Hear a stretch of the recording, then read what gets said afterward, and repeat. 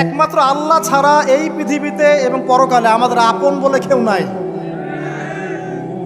বাকি সবাই সবার স্বার্থের জন্য আছে। মানুষ মানুষের অবস্থানকেই মূল্যায়ন করে। আমরা মারা গেলে পরে 40 দিন তারা আমাদেরকে মনে রাখবে কিনা সন্দেহ আছে। বিশ্বাস করছেন না? এই যে আমাদের অনেক আত্মীয় স্বজন মারা গেছে না, বছরে একটা বারো কি কবরস্থানে কেউ গিয়েছে? হয়তো যায়, মৃত্যুবার্ষিকী ওই দিন যায়, তাই না? দেখেন আমরা কিন্তু আস্তে আস্তে ভুলে গিয়েছি তাদের, আমরা ব্যস্ত হয়ে গেছি। ঠিক একইভাবে তারাও আমাদেরকে ভুলে যাবে। এই জন্যে আমি বারবার আপনাদেরকে মনে করে একটা কথা, আমার জীবন থেকে উপলব্ধি করি একটা কথা, যে একমাত্র আল্লাহ ছাড়া এই পৃথিবীতে এবং পরকালে আমাদের আপন বলে কেউ নাই। বাকি সবাই সবার স্বার্থের জন্য আছে। মানুষ মানুষের অবস্থানকেই মূল্যায়ন করে। মানুষ মানুষের অবস্থানকেই মূল্যায়ন করে। আল্লাহ রাব্বুল আলামিন আপনার ভিতরটাকে ভালোবাসেন। দেখেন, আপনি যখন নামাজ পড়েন নাই, আল্লাহ পাক কিন্তু আপনাকে ধ্বংস করে দেন নাই। আল্লাহ পরম করুণাময় আপনাকে হেদায়েত দিয়ে নামাজি বানিয়ে দিয়েছেন। জীবনে অনেক পাপ করেছেন, ইনস্ট্যান্ট আল্লাহ পাক শাস্তি দিতে পারতেন, আল্লাহ পাক দেন নাই। আল্লাহ আপনাকে ভালোবাসেন, আল্লাহ আমাকে ভালোবাসেন। আল্লাহ পাকের এই ভালোবাসার ঋণটা শোধ করার জন্য হলেও নামাজি হয়ে যান, আল্লাহর পথে ফিরে আসেন, দিনের জন্য কিছু করেন, দিনের ফিকির করেন, পড়াশোনা করেন। প্রিয় ভাইরা, আল্লাহ পাক তৌফিক দান করুন। দেখুন, এই রিবা থেকে দূরে থাকার জন্য একটা হাদিস যথেষ্ট। যে 4 শ্রেণীর মানুষকে আল্লাহ রাসূল সাল্লাল্লাহু আলাইহি ওয়াসাল্লাম লাআনত করেছেন, অভিশাপ দিয়েছেন। ইনশাআল্লাহ আজকের লেকচার যাদের কানে যাবে, আমরা যদি না খেয়েও মরে যাই, আল্লাহ পাক না খেয়ে মারবেন না ইনশাআল্লাহ। রিজিক আছে, খাবো ইনশাআল্লাহ। কিন্তু হয়তো বা অভাব হবে, টাকা পয়সা একটু কম হতে পারে, অন্যের 10 তলা ফ্ল্যাট হবে, আমার হবে না, ঠিক আছে? অন্যের এত বিঘা বিঘা জমি আমার হয়তো হবে না। কিন্তু ইনশাআল্লাহ তাআলা এই যে দুনিয়ার মুসাফিরের জীবনটা, এটা মুসাফিরের জীবন না? মুসাফিরের জীবনটা কেটেই যাবে ইনশাআল্লাহ। কাটবে না? যে কোনোভাবে কেটে তো যাবেই ইনশাআল্লাহ। এই যে পরকালের জীবনটা একটা চেতনার শক্তি, জানেন? দুনিয়াতে যত বাধা বিপত্তি আসুক, গাল মন্দ খান, গীবত তহমত খান, কষ্ট হোক, নির্যাতন হোক, একটা বিষয় মনের মধ্যে শান্তি দেয়। কি শান্তি? যে এই দুনিয়ার জীবনটা তো আর চিরস্থায়ী নয়, এটা তো আর সারা জীবন থাকবে না। ইনশাআল্লাহ এই অবস্থা আস্তে আস্তে পরিবর্তন হয়ে যাবে। ফাইন্না মাআল উসরি ইউসরা। পরকালে ইনশাআল্লাহ পাবো, দুনিয়াতে না পেলে কি হয়েছে, পরকালে পাবো ইনশাআল্লাহ। যুবক ভাই, এসব জেনা ছেড়ে দেন, আল্লাহ রাব্বুল আলামিন আপনার জন্য হুর রেখেছেন জান্নাত, ইনশাআল্লাহ পাবেন ইনশাআল্লাহ। এটা ছেড়ে দেন, সুদ ছেড়ে দেন, আল্লাহ পাক আপনার জন্য হাউজে কাউসার রাখছে ইনশাআল্লাহ, ঠিক আছে? অন্যায় পাপ ছেড়ে দেন, আল্লাহ রাব্বুল আলামিন আপনার জন্য জান্নাত রেডি করে রাখছে ইনশাআল্লাহ। এই দুনিয়ার জীবনটা ধোঁকা, একটা ছোট্ট জীবন, পুরা ধোঁকা, কিচ্ছু নাই এর মধ্যে। আমার কথা শোনেন, এই দুনিয়ার জীবনে কিছুই নাই। চারপাশে অনেক কিছু মনে হবে, আপনার বাড়ি আছে, গাড়ি আছে, স্ট্যাটাস আছে, টাকা পয়সা, প্রতিপত্তি সব আছে। আদতে আপনি একা, আদতে আপনাকে একাই কবরে যাওয়া লাগবে, একাই আল্লাহর সাথে হিসেব নিকাশ দিতে হবে। কেউ নাই সাথে, আমাদের সাথে কেউ নাই। কিন্তু আপনি মনে করছেন যে সেলিব্রিটিজম, বড় আমি পলিটিক্যাল নেতা হয়েছি, আমাকে সবাই চেনে, আমি ইকোনমিক সেক্টরে লিড দেই, রাষ্ট্রকে লিড দেই, আমি ধর্মতাত্ত্বিক ক্ষেত্রে লিড দেই, আমাকে দেখলে মানুষ বাহবা দেয়, ইত্যাদি ইত্যাদি। দিন শেষে আমি একা, আপনিও একাই। আমাকেও একাই যেতে হবে, আপনাকেও একাই যেতে হবে। এগুলো সব চারপাশের খালি অন্ধ মোহ, আর কিছু না। এই মোহের মধ্যে ঢুকে পড়বেন না, আল্লাহ পাক তৌফিক এনায়েত করুন। নবী সাল্লাল্লাহু আলাইহি ওয়াসাল্লাম বারবার বলতেন, আল্লাহুম্মা ইন্নী আউযু বিকা মিন ফিতনাতিদ দুনিয়া। বলতেন না, হে আল্লাহ, আমি এই দুনিয়ার ফিতনা থেকে তোমার কাছে আশ্রয় প্রার্থনা করছি। ওয়া ইন্নী আউযু বিকা মিন ফিতনাতিন নিসা, আমি মহিলাদের ফিতনা থেকেও আশ্রয় প্রার্থনা করছি। আরো দোয়া করতেন, আল্লাহুম্মা ইন্নী আউযু বিকা মিন আযাবিল কবর, হে আল্লাহ, আমি কবরের আযাব থেকে আশ্রয় প্রার্থনা করছি। ওয়া আযাবি জাহান্নাম, জাহান্নামের আযাব থেকে আশ্রয় প্রার্থনা করছি। ওয়া মিন ফিতনাতিল মাহইয়া ওয়াল মামাত, জীবন মৃত্যুর ফিতনা থেকে আশ্রয় প্রার্থনা করছি। ওয়া মিন শাররি ফিতনাতিল মাসিহিদ দাজ্জাল, এবং দাজ্জালের ফিতনা থেকে আশ্রয় প্রার্থনা করছি। দাজ্জালে পরে আসবো ইনশাআল্লাহ। দাজ্জাল নিয়ে আলোচনা করলে আবার কিছু মানুষ খারাজি ট্যাগ লাগাই দিতে পারে, ওই জন্য এদিকে আমি এখন যাচ্ছি না। হ্যাঁ, সামনে আসি। তো রিবার বিষয়টা বলছিলাম। আইয়ামে জাহিলিয়াতের যে সেই রিবা এখনকার বিশ্বে আছে কি নাই বলেন? ওই সময় না হয় মক্কায় ছিল, এখন কি সারা বিশ্বব্যাপী নাই? বিশ্বের কোনো কান্ট্রি রিবা মুক্ত না, বিশ্বের কোনো দেশ রিবা থেকে মুক্ত থাকতে পারবে না, এই বিশ্ব পরিচালনা যারা করছে ওদের আন্ডারে থাকলে। কখন হবে বিশ্ব রিবা মুক্ত?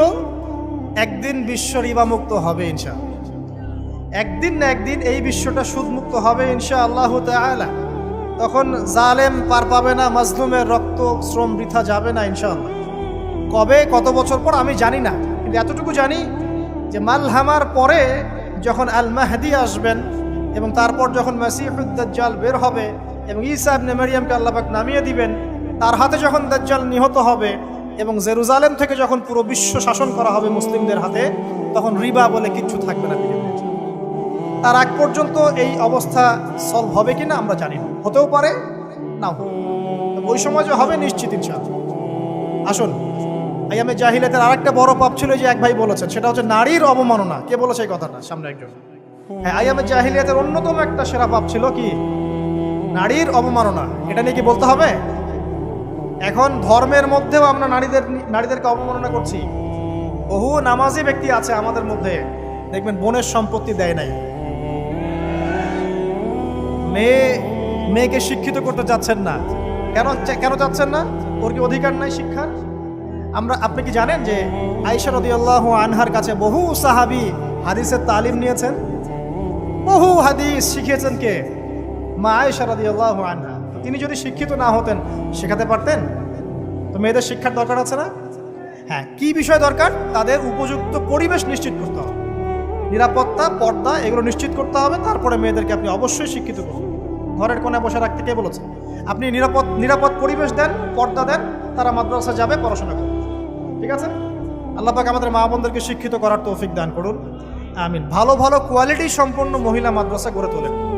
আর মেয়েরা যদি শিক্ষিত না হয় তাহলে আমাদের বাড়ির বউরা শিক্ষিত হবে। আর বউ শিক্ষিত না হলে আপনি একা শিক্ষিত হয়ে লাভ নাই। তখন ওই যে বললাম টর্চার সেল, ওই টর্চার সেলে ঢুকতে হবে আর কি। কথা বুঝতে পারছেন না? আগে বিয়ে শাদী করেন, বুঝবেন ইনশাআল্লাহ। যারা করেছেন তারা অলরেডি হাসছে যে মিটমিট করে দেন। ঠিক আছে? আচ্ছা, সামনে আসেন। দেখেন মেয়েদের অবমাননা কিভাবে দেখাবো। সবচেয়ে বড় অবমাননা হচ্ছে ওদের দেহটাকে আমরা এখন পণ্য বানিয়েছি। এই যে পর্নোগ্রাফি দেখেন, এই মেয়েগুলোর ইজ্জতের কোনো দাম নাই। মানে তাদের দেহটাকে একটা ব্যবসার সামগ্রী বানানো হয়েছে। এবং আমি একটা লেকচার দিয়েছিলাম ঢাকায়, নীল দর্পণ, দেখবেন অনলাইনে আছে। ওখানে আমি স্ট্যাটিস্টিক দেখিয়েছি যে সারা বিশ্বে এই যে আমেরিকায় শুধুমাত্র $12 বিলিয়ন ব্যবসা করে পর্ন দিয়ে। এটা একটা ব্যবসা, একটা ইন্ডাস্ট্রি। যেমন ফিল্ম ইন্ডাস্ট্রি আছে, তারপরে গানের ইন্ডাস্ট্রি আছে না, এরকম একটা ইন্ডাস্ট্রি হচ্ছে এই পর্ন ইন্ডাস্ট্রি। এখানে সবাই অ্যাক্টর অ্যাক্ট্রেস, এরা হচ্ছে অভিনেতা অভিনেত্রী। এখানে যা দেখানো হয় এগুলো কিন্তু রিয়েল না, বাস্তব না, সব ফেক। বুঝতে পারছেন না কথা? এগুলো অভিনয়, এগুলো ফেক। এবং এটা একটা ইন্ডাস্ট্রি, এর মধ্য দিয়ে মেয়েদের দেহটাকে পণ্য বানিয়ে সারা বিশ্বে ব্যবসা করছে। এবং এর একটা অন্যতম উদ্দেশ্য হচ্ছে মুসলিম যুবকদের ঈমান যেন নষ্ট করা যায়। কারণ মুসলিম যুবকদের ঈমান চলে গেলে তারা নিশ্চিন্ত যে ওদের পথে আর কেউ বাধা নাই। কারণ ওদের এই জুলুমের পথে বাধা যদি কেউ দিতে পারে তাহলে কারা দিবে? মুসলিমরা। আর মুসলিমদের মধ্যে সবচেয়ে শৌর্য কাদের মধ্যে থাকে? যুবকদের মধ্যে। যুবকদের ঈমান যদি চলে যায় তাহলে এদের আর কোনো সমস্যা নাই।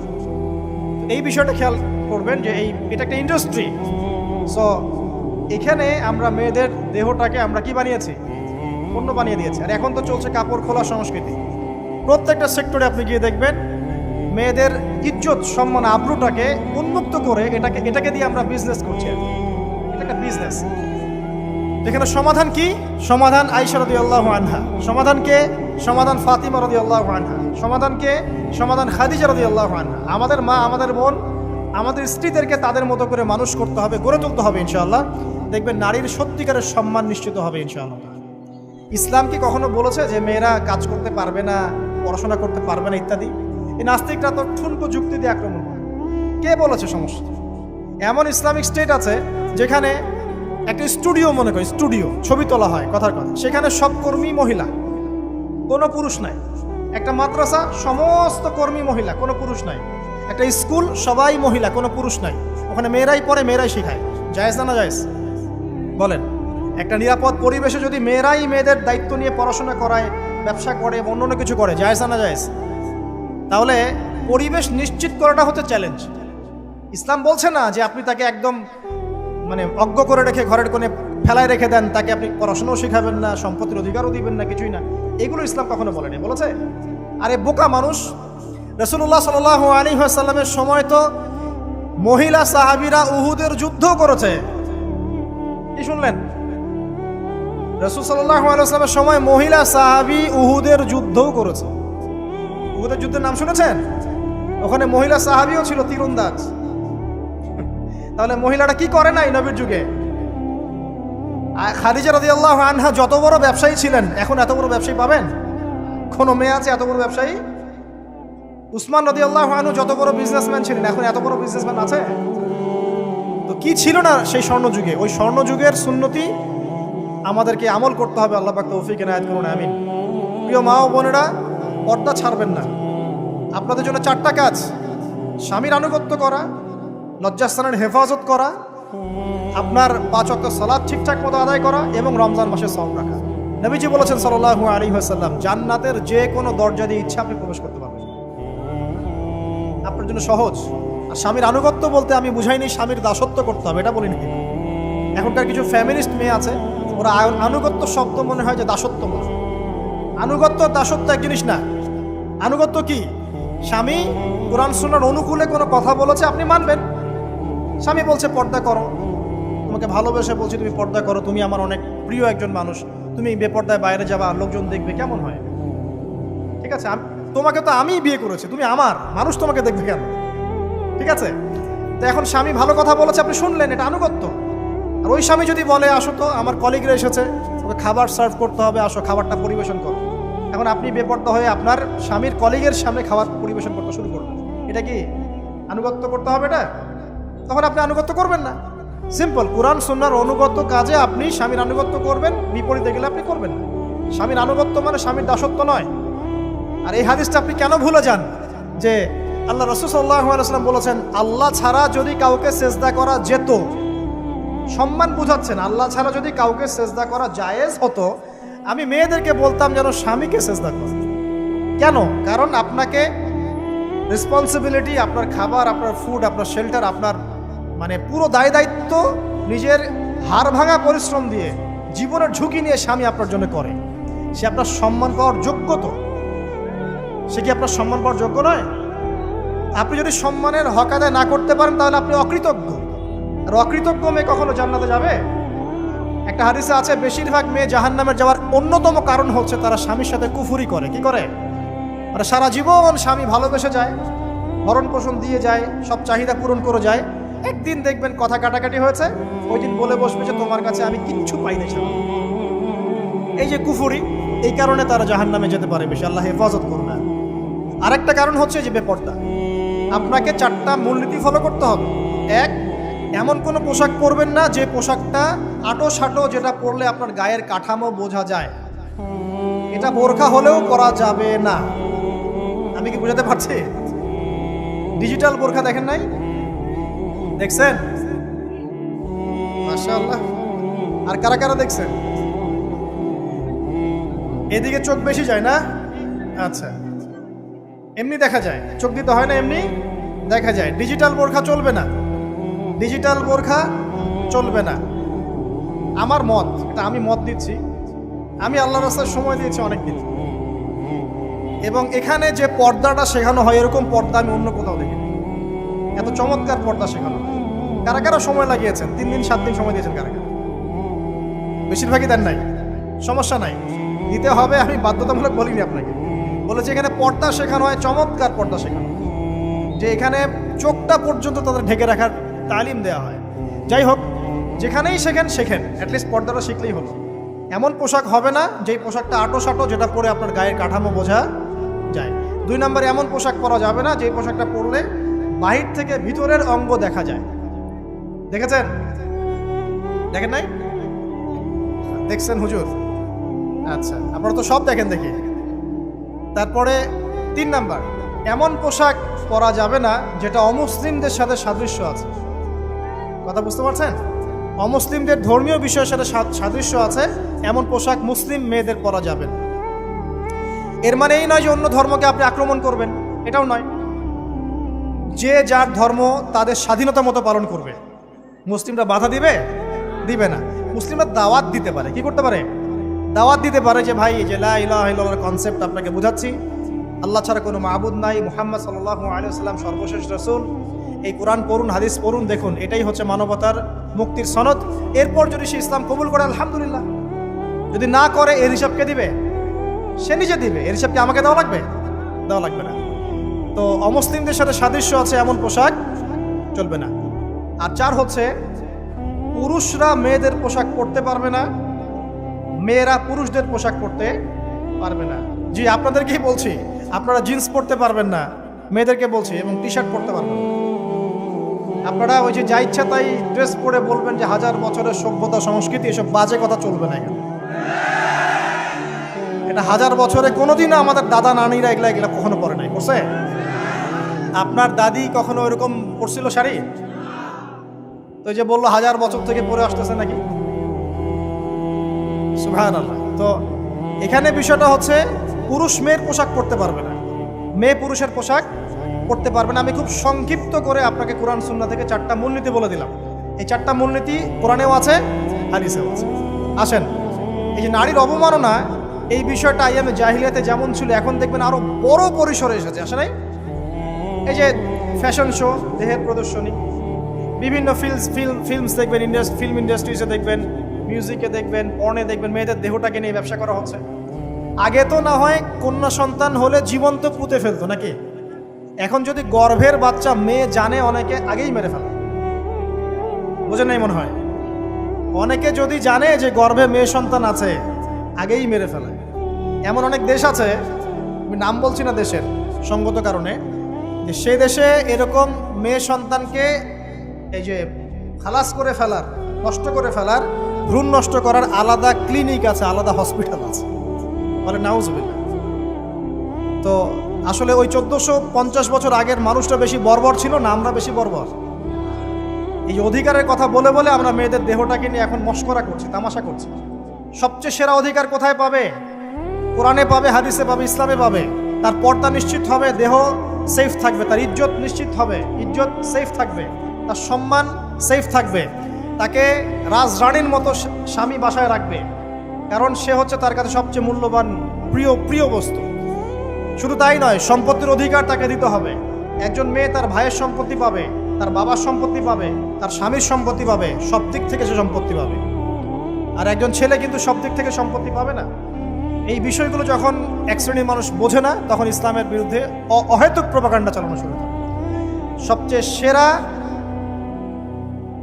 সম্মান রক্ষার উদাহরণ দেয়া হয়েছে ইসলামে, কোরআনে এবং হাদিসে। এই কথাটা আপনাদের মা বোনদেরকে বোঝাবেন, তবে নম্রতার সাথে বোঝাবেন, কারণ উচ্চবাচ্য করলে তারা কথা শুনবে। আল্লাহ রাসূল সাল্লাল্লাহু আলাইহি ওয়াসাল্লাম বলেছেন, কিছুটা বাঁকা হাড় দিয়ে তাদেরকে তৈরি করা হয়েছে। যদি আপনি শক্ত করে চাপ দিতে যান তাহলে ভেঙে যাবে, আর যদি আপনি ওই অবস্থায় ছেড়ে দেন তাহলে বাঁকাই থেকে যাবে। এখানে আপনাকে হিকমা অবলম্বন করতে হবে। আল্লাহ পাক তৌফিক দান করুন। একটা বিষয় বলছিলাম, ওই যে শিরকের পাপ এখন গ্লোবালাইজেশন হয়েছে না, ওই সুদের পাপ এখন গ্লোবালাইজেশন হয়েছে না। গ্লোবালাইজেশন বোঝেন? মানে বিশ্বায়ন, পুরো বিশ্বে ছড়িয়ে পড়েছে না। আরেকটা হচ্ছে এই যে মেয়েদের অবমাননা, এটা সারা বিশ্বে ছড়িয়ে পড়ে নাই? আচ্ছা, আর দুটা বলবো, এরপর বলে আমি শেষের দিকে যাচ্ছি। আসা, একটা হচ্ছে মাদক। আইয়ামে জাহিলিয়াতের অন্যতম সেরা পাপ ছিল কি? মাদক। ওই যে বলছেন জাহিলি যুগ, কেন বলছেন জাহিলি যুগ? বিকজ ওইখানে মাদক খেত মানুষ বেশি। এখন বলেন, ওখানে না হয় মক্কায় মাদক খেত মানুষ, এখন সারা বিশ্বে মাদক ছড়িয়ে পড়ে নাই? বেশি না কম? এখন এই যে নতুন নতুন মাদক আসছে, ইয়াবা, আরও নাকি কি কি আসছে নতুন নতুন, আমরা নামও জানি না। এই যে গাজার নাম জানি, ফেন্সিডিলের নাম জানি, আর কি কি আছে? হিরোইন বলেন, আর দু একটা, আফিম, আর কি আছে? হ্যাঁ, রেন্ডি, সুবহানাল্লাহ, এই নামও কখনো শুনি নাই আমি। আচ্ছা শোনেন, বিষয়টা হচ্ছে, দেখুন এই বিষয়টা কি হালাল না হারাম? আচ্ছা, এটাকে যদি আমরা হালাল করে নেই তাহলে কি হবে? কুফরি হবে না শিরক হবে? শিরক কুফর দুটোই হচ্ছে। কিন্তু এখন মক্কার কিছু মানুষ মাদক খেয়েছে বুঝলাম, আল্লাহ রাব্বুল আলামিন ধাপে ধাপে এখান থেকে বের করেছেন। প্রথমে বলেছেন মদ খেয়ে নামাজের ধার কাছে যেও না। হ্যাঁ, তারপরে বলেছেন এই যে মাদকে কিছুটা উপকার আছে কিন্তু বেশি ক্ষতি। তারপর বলেছেন খেয়ে নামাজের কাছে যেও না। তারপর ধাপে ধাপে শেষের দিকে এসে আল্লাহ পাক বলেছেন যে এটাকে ছেড়ে দাও। সূরা মাইদায় পড়ে দেখেন, এটা শয়তানের কাজ। তখন সাহাবায়ে কেরাম রাদিয়াল্লাহু আনহুম পুরোপুরি মাদক থেকে নিজেদেরকে মুক্ত করলেন। এরপরে কি কখনো তারা মাদক ছুঁয়েও দেখেছেন? বরং মাদকদ্রব্য সেবন করলে 40টা লাঠি বেত্রাঘাত করতে হয় ইসলামিক শাস্তি। কয়টা লাঠি? আর উমর রাদিয়াল্লাহু আনহুর সময়ে 40 লাঠিকে বাড়িয়ে 80 লাঠি করা হয়েছে। কত লাঠি? 80 লাঠি। কিন্তু আরো একটা পাপের শাস্তি আছে, বলবো? অপবাদ। এখন যেটা বেশি দেওয়া হয়, অপবাদ, মিথ্যা অপবাদ, সতী সাদী নারীর উপরে মিথ্যা অপবাদ, এর শাস্তি হচ্ছে 80 লাঠি। আবার 100 লাঠির শাস্তি আছে, 100 লাঠি। এটা কিসের জানেন? জিনা। জিনা এই যে যারা করছেন, এর শাস্তি হচ্ছে 100 লাঠি। তাও জনসমক্ষে দিতে হবে, গোপনে না। আর 1 বছরের জন্য এলাকা ছাড়া করতে হবে। রজম একটা শাস্তি আছে, রজম। এটা কি? রজম মানে পাথর নিক্ষেপ করে হত্যা। এটা তো বর্বর, তাই না? অমানবিক, মধ্যযুগীয়। এসব কথা শুনছেন না? শোনেন, কিছু কিছু বিষয় আছে যে বিষয়গুলো করার পরে এই পৃথিবীতে মানুষ বেঁচে থাকার অধিকারটা হারিয়ে ফেলে। কথা বুঝতে পারছেন না? কিছু কিছু পাপ আছে, এগুলো করলে পরে মানুষ এই পৃথিবীতে বেঁচে থাকার অধিকারটা হারায় ফেলে। যেমন কোনো বিবাহিত ব্যক্তি যদি জেনা করে, নাউজুবিল্লাহ, কোনো ছেলে যদি কোনো ছেলের সাথে যৌন সম্পর্ক করে, সমকামী করে, বা এটাকে যেটা গে মানে যেটা কি বলে, সমকামিতা, ঠিক আছে, এই কাজ যদি কেউ করে, নোংরা কাজ যদি কেউ করে, কোনো মেয়ে যদি কোনো মেয়ের সাথে এরকম কোনো কাজ করে, একই পাপ।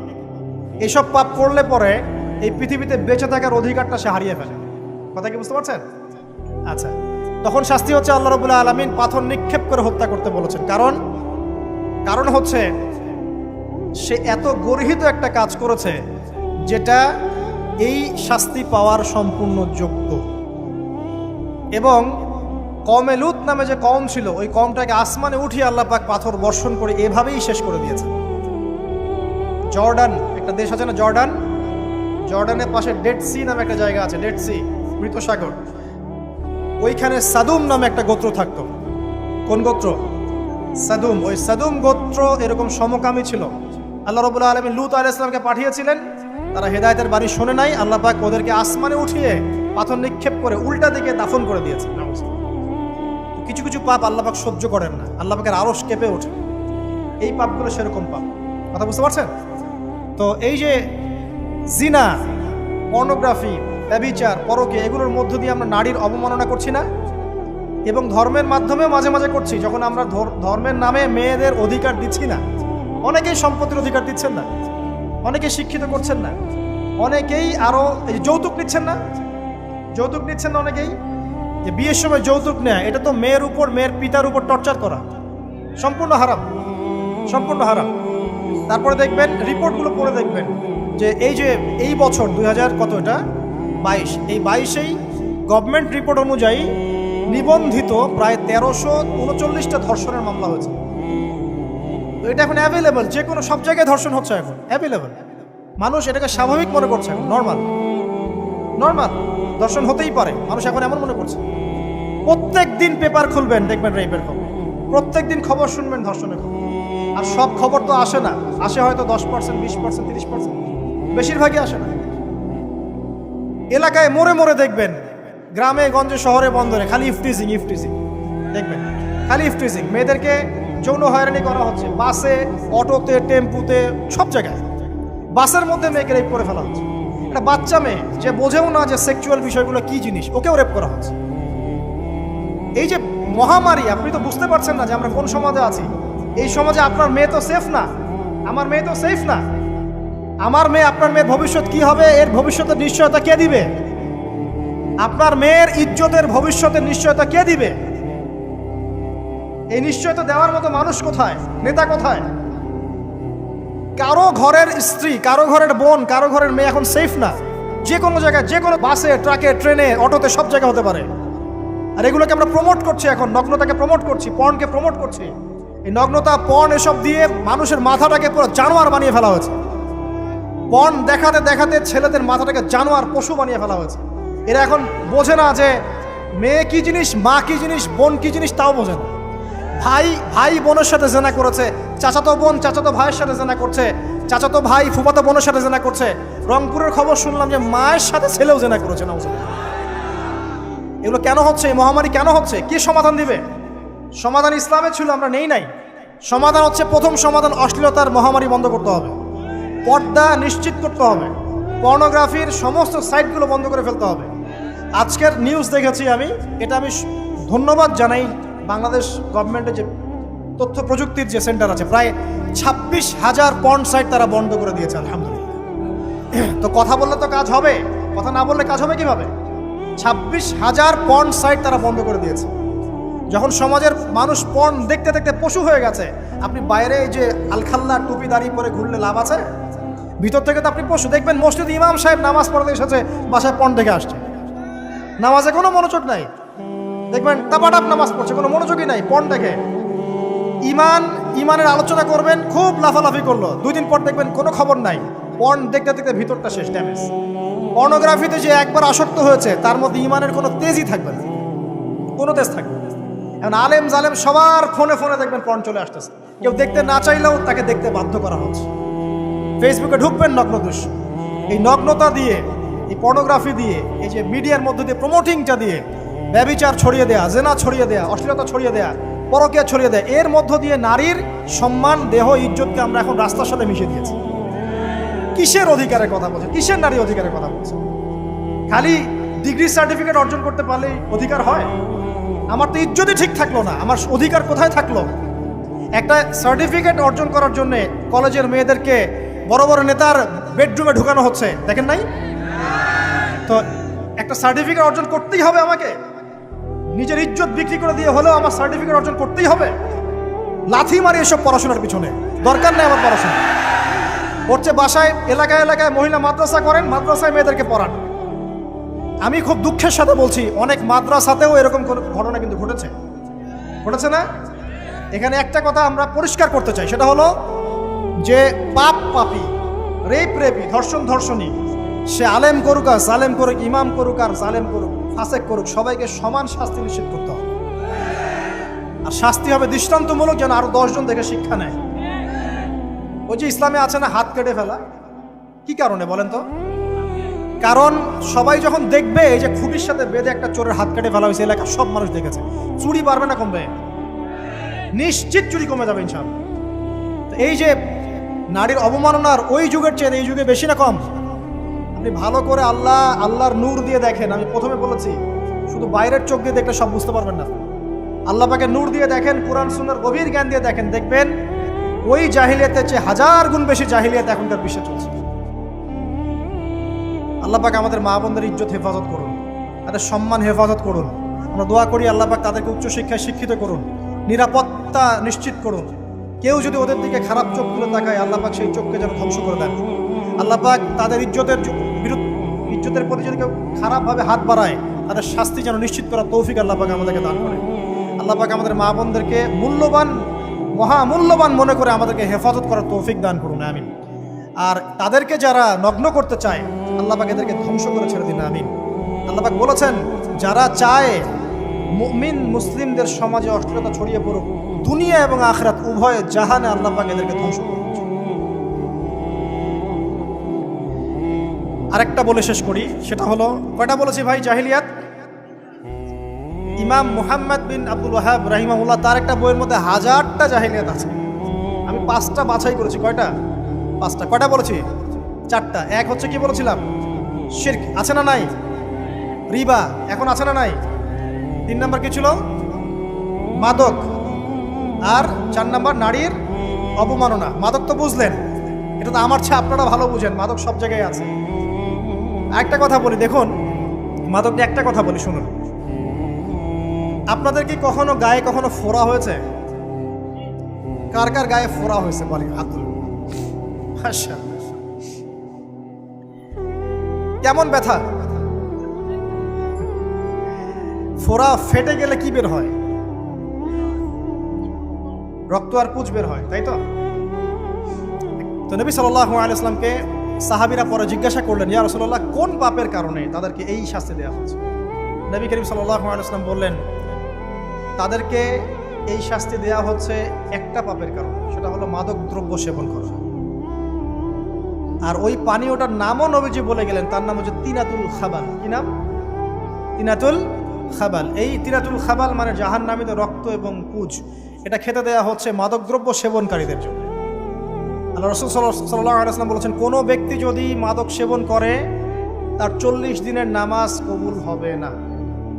সে যদি আবার তওবা করে ফিরে আসে, আল্লাহ পাক মাফ করে দিবেন ইনশাআল্লাহ।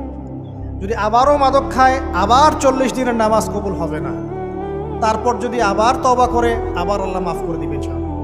তারপর যদি আবার মাদক খায়, আবার 40 দিনের নামাজ কবুল হবে না। তারপর যদি আবার তওবা করে, আবার আল্লাহ মাফ করে দিবেন। তারপরে যদি আবার মাদক খায়, তখন আল্লাহ রাব্বুল আলামিন তাকে তিনাতুল খাবাল পান করান। প্রিয় ভাইরা, আপনারা মুসলিম না? আমরা মুসলিম না? মুসলিম যুবকদের সবচেয়ে সেরা অস্ত্র হচ্ছে ঈমান এবং নৈতিকতা। অন্যরা জাহিলিয়াতের স্রোতে ভেসে যাক, মুসলিম তরুণরা কখনো জাহিলিয়াতে যাবে না ইনশাআল্লাহ। আমার সাথে ওয়াদা করেন যে কোনো প্রকার মাদকদ্রব্যের সাথে সংশ্লিষ্ট থাকবেন না। একটা সিগারেটেও কখনো টান দিবেন না, কারণ সিগারেটটা কি? সিগারেট আপনাকে আস্তে আস্তে অন্য মাদকের দিকে নিয়ে যাবে। সিগারেট খাওয়া শিখেছিস, এখন গাঁজাও খা। গাঁজা খাওয়া শিখলে এখন ওটা খা, এই করতে থাকে। এক পর্যায়ে আপনি এখান থেকে আর বের হতে পারবেন। এখানে আপনার দেহের ক্ষতি, আপনার মস্তিষ্কের ক্ষতি, আপনার পরিবারের ক্ষতি। এমন আপনি যদি পরবর্তীতে গিয়ে পরিবার গঠন করতে চান, আপনি সুখী পরিবারও গঠন করতে পারবেন না, কারণ ভিতর থেকে আপনি নিজেকে শেষ করে ফেলছেন।